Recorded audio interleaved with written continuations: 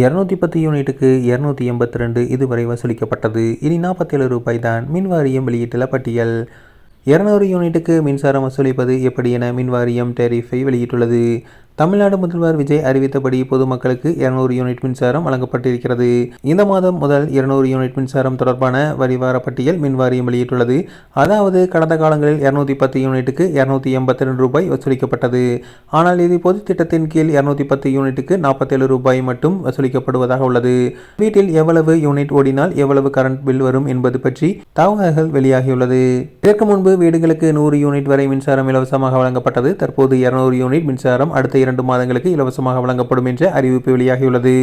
இதன் மூலம் ஒவ்வொரு குடும்பத்தினரும் 235 ரூபாய் வரை மிச்சமாகும் வாய்ப்புள்ளது. வீட்டு மின்சார கணக்கீடு 200 யூனிட்டுக்குள் இருந்தால் நீங்கள் 0 ரூபாயை மட்டும் கட்டினால் போதும்.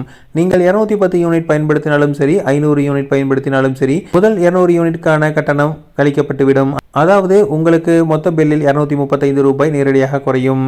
உங்கள் வீட்டில் 300 யூனிட் ஓடியிருந்தால் பழையபடி 705 கட்ட தேவையில்லை. இனி 470 ரூபாய் கட்டினால் போதுமானது. போல 500 யூனிட் ஓடியிருந்தால் ஏசி போன்ற வசதிகள் கொண்ட வீடுகளில் 500 யூனிட் வரை ஓடினால் பழைய கட்டணமான 1805க்கு பதிலாக இனி 1570 ரூபாய் மட்டுமே வசூலிக்கப்படும்.